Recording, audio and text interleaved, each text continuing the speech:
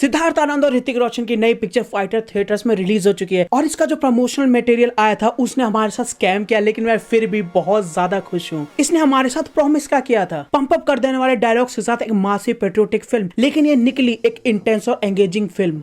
तो आखिर हुआ क्या? इसकी कहानी जम्मू के अंदर बेस्ड है, जहां पे पूरे एयरफोर्स से बढ़िया बढ़िया जो पायलट्स हैं उनको इकट्ठा करके एक रिस्पांस टीम बनाई गई है। अगर कोई भी इमरजेंसी आती है तो सबसे पहले कॉल इनको जाएगा। तभी पुलवामा वाला अटैक हो जाता है और हमारी जो टीम है उससे कैसे निपटती है, उसके बाद हमारी टीम इन टेररिस्ट से कैसे बदला लेती है, इस पिक्चर में उसी के ऊपर फोकस किया गया है। साथ ही में कुछ कैरेक्टर्स की बैक स्टोरी पर भी। फाइटर का जो सेलिंग पॉइंट था इसके VFX और इसके एयर बैटल सीक्वेंसेस, उसके अंदर इसने जितना प्रॉमिस किया था उससे कई ज्यादा डिलीवर किया। सबसे बढ़िया बात यह थी कि प्लेन्स और बैटल सीक्वेंसेस को दिखाने में इन्होंने डिटेल्स का बहुत ही बढ़िया ध्यान रखा है। प्लेन जब साउंड बैरियर तोड़ते इसके हाई स्पीड से इसके सराउंडिंग पे क्या फर्क पड़ता है, विंग्स के एंड पे जो वर्लपूल बनता है, उसी के साथ साथ जब प्लेन उड़ता है तो एक मिराज वाला इफेक्ट आता है ना, ये तुमको मूवीज में बहुत जगह देखने को मिलेगा। और ये जो छोटी छोटी डिटेल्स है ना, देखने का एक्सपीरियंस और भी ज्यादा एनहांस कर देती है। अगर मान के चले कि इसके अंदर में जितने भी प्लेन्स दिखाए गए हैं सब के सब VFX द्वारा क्रिएट किए गए हैं, तो भाई उन पे काम बहुत ही बढ़िया हुआ है। फिल्म में कई बार हमें उनके क्लोजअप शॉट्स दिखाए जाते हैं, लेकिन कभी भी इल्यूजन ब्रेक नहीं होता। अगर तुम इसको 3D में देखोगे तो भाई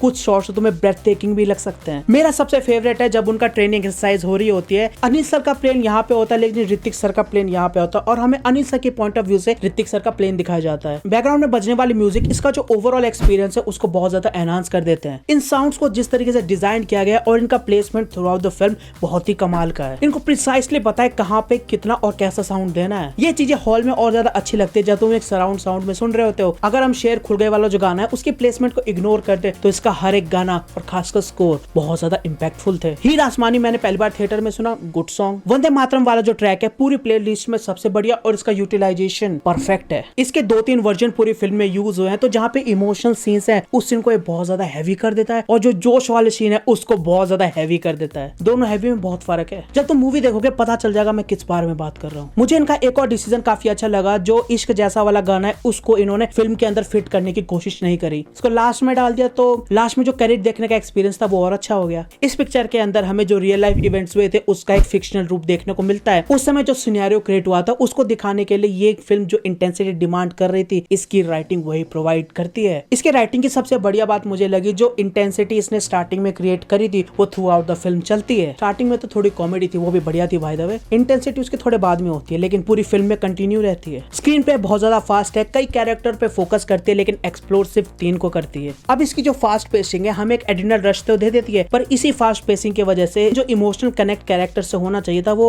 उतना होता नहीं है। लेकिन ये लैक ऑफ इमोशन बॉदर नहीं करता। सोच रहे हो क्यों?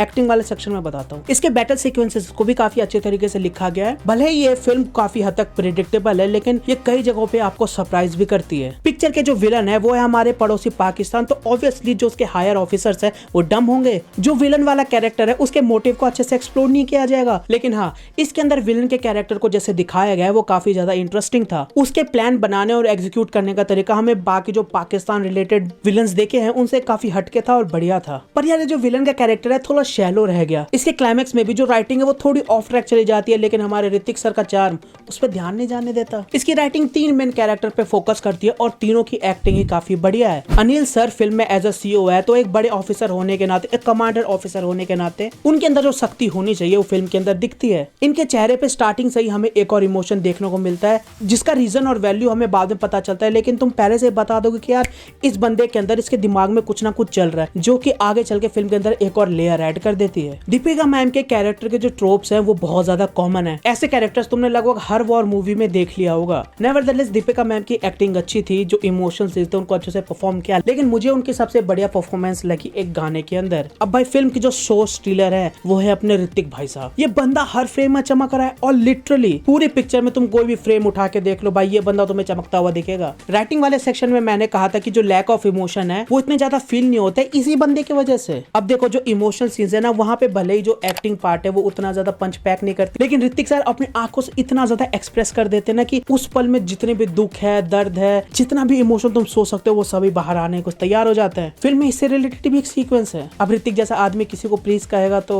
इसके अलावा एयरफोर्स वाले पार्ट में भी उनका काम काफी बढ़िया है। फाइटर की सिनेमेटोग्राफी बहुत अच्छी है और ये सबसे ज्यादा शाइन करती है क्लोजअप वाले शॉट्स में। इमोशन वाले सीन्स को कैप्चर तो बढ़िया तरीके से किया ही है। सबसे इंप्रेसिव है बैटल सीक्वेंस के अंदर जो इनके कॉकपिट के अंदर के शॉट्स लिए गए ना, वो इन शॉट्स को अच्छे से एग्जीक्यूट करना बहुत ज्यादा मुश्किल है। तुमने तेजस में देखा ही था उसका कैसे अबोमिनेशन होता है। इस फिल्म में वो शॉट्स भरे पड़े हैं और बाय गॉड एक भी बेकार नहीं है। उनको बहुत ही ब्यूटीफुली हमारे सामने प्रेजेंट किया गया है। फिल्म की सिनेमेटोग्राफी ऋतिक सर को भी उतने ही ब्रिलियंटली ब्यूटीफुली प्रेजेंट करती है जितना इसके प्लेन्स को। और मैं जोक नहीं कर रहा हूँ, फिल्म के अंदर एक अक्खा सीक्वेंस है जहाँ पे धीरे धीरे प्लेन को रिवील किया जा रहा है, उसी के साथ धीरे धीरे ऋतिक सर को भी रिवील किया जा रहा है। और ऐसा नहीं कि पहले प्लेन दिखा दिया फिर ऋतिक सर, ना ना ना ना, थोड़ा प्लेन थोड़ा ऋतिक सर। सिद्धार्थ आनंद फाइटर के डायरेक्टर, उनका काम फ्लॉलेस है। इस फिल्म को लेके उनका जो विजन था उसको इन्होंने एक्सीलेंटली एग्जीक्यूट किया है। फिल्म के बाकी सब पोर्शन जैसे उनके नॉर्मल मूवीज की तरह होते हैं वैसे ही थे, लेकिन जो एयर बैटल सीक्वेंसेस थे वो थे मूवी के हाईलाइट और उनको स्टेज इस तरीके से किया गया है कि एक तो वो आपके समझ में आते और फास्ट पेसिंग की वजह से इम्पैक्ट उतना ही होता है। हो सकता है तुम्हें ये चीज उतनी बड़ी नहीं लग रही हो, पर थोड़ा सा सोच के देखो, अगर इसके अंदर थोड़ी भी गड़बड़ हो जाती तो सब खिचड़ी बन जाता और इम्पैक्ट तो भूल ही जाओ। ये फिल्म तेजस जैसी हो सकती थी। तुम्हें अब तक पता ही चल गया होगा कि फिल्म कैसी है, तो सबसे इंपॉर्टेंट एक्सपेक्ट पे बात करते हैं कि ये फिल्म टॉप गन से कितनी मिलती जुलती है। मैं अपनी बात करूं तो जब मैं पिक्चर हॉल में देख रहा था तो मेरे मन में एक मिनट के लिए भी कहीं नहीं आया कि टॉप गन से कुछ रिलेटेड है। बाद में सोचा तो